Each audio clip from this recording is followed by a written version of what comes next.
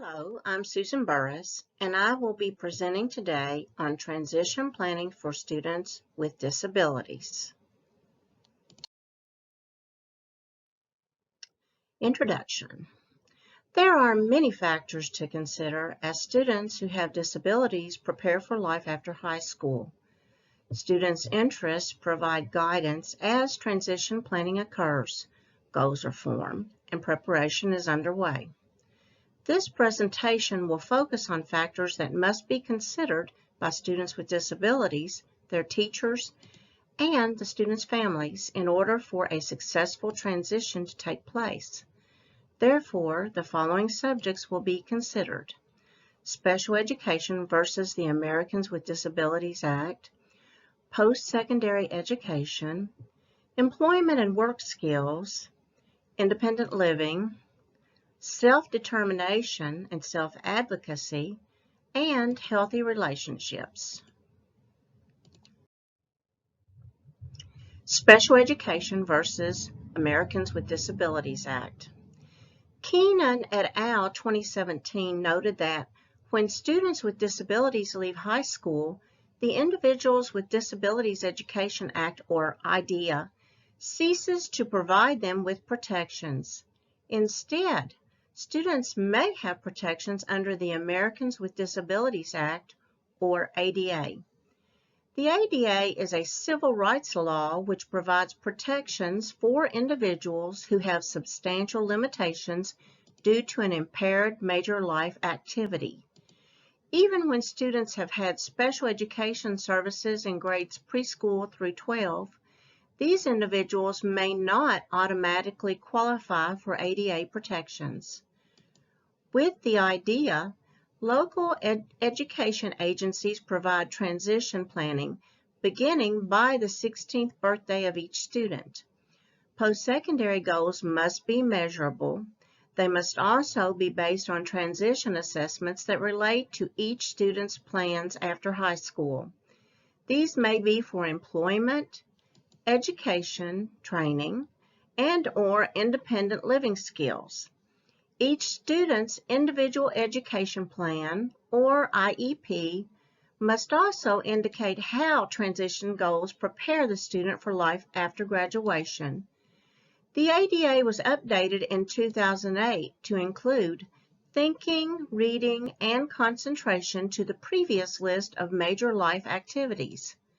Those previously considered a major life activity were seeing, speaking, learning, walking, hearing, breathing, and thinking. Substantial limitations in any of these will be qualifiers for ADA protections. Use of assistive devices such as medications, supplies, canes, etc., do not qualify an individual for ADA protections.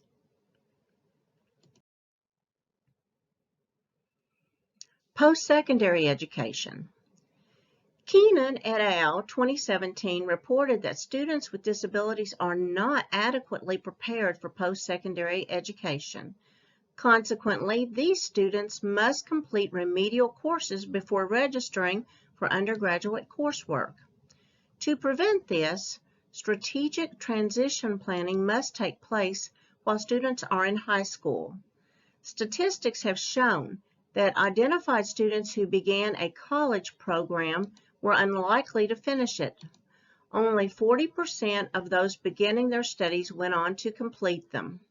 Students with disabilities were more likely to complete vocational school programs. Universities can work with students who have disabilities when certain accommodations are needed.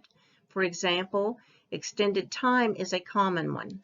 Students with physical disabilities can be provided accommodations specific to their needs. For example, visually impaired students benefit from professors using PowerPoints that are not overly colorful. In order to provide effective preparation for these students, school districts should utilize universal design for learning. Novak and Rodriguez 2016 described the effects that the universal design for learning can have on teacher instruction. Completing an analysis of current instructional practices, setting goals, and providing training to teachers enables them to give excellent and effective instruction to their students. Employment and work skills. Gregg and Rojewski, 2017, found that students with disabilities have limited success when employed after high school. They attribute this to a lack of preparation by the high schools that the students attended. They also reported that there has been little research on the subject, but noted that this issue will increase in importance through the middle to latter part of the 21st century. Accordingly, schools must focus on increasing transition planning to prepare students for employment after high school. Gregg and Rojewski, 2017, also investigated the percentage of young adults with disabilities who were employed after high school.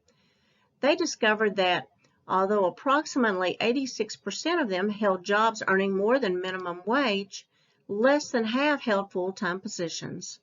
Graduating high school and preparation through vocational programs were cited as the reasons for this discrepancy between those with disabilities and those who did not have disabilities, as the former may not have done either one.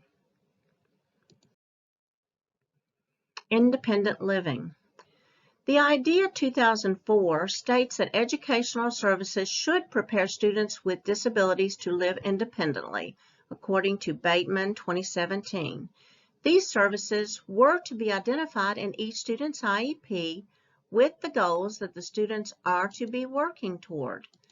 Seward et al. 2017 identified education that should take place to prepare students with disabilities for independent living.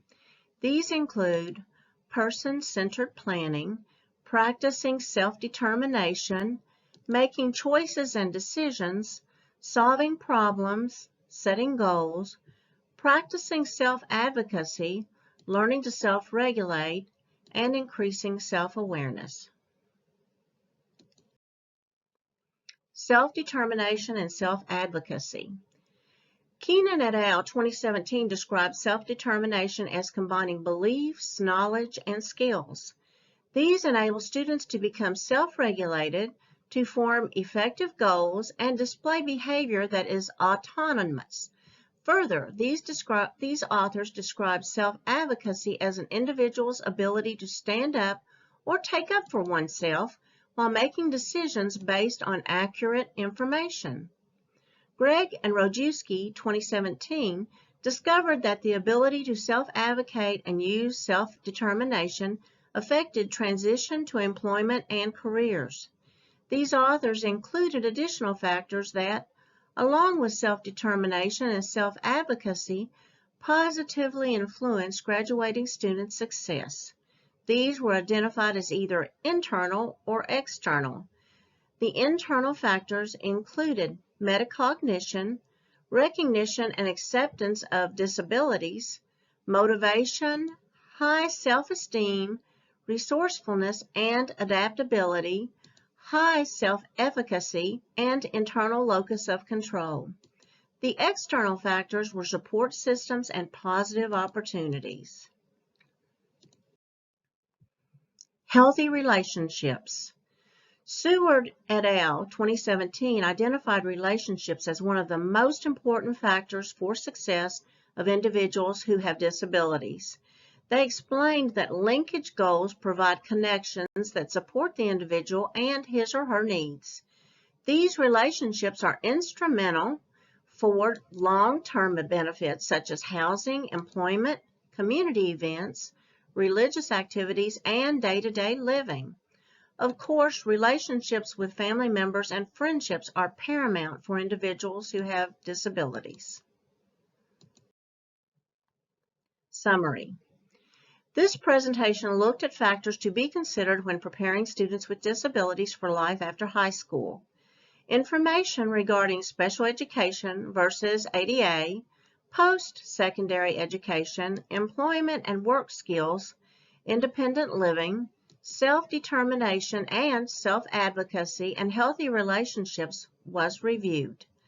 The importance of each cannot be overemphasized as each one affects the others. Admission and release committees must consider each of these to effectively prepare students' transition plans and IEPs. Frequent discussion on progress toward each goal should be held. Those involved with each of these meetings should include the student who has disabilities, their teachers, and the families of these students. In this way, students with disabilities can be prepared for their futures. Here is page 1 of my references, and here is page 2 of my references.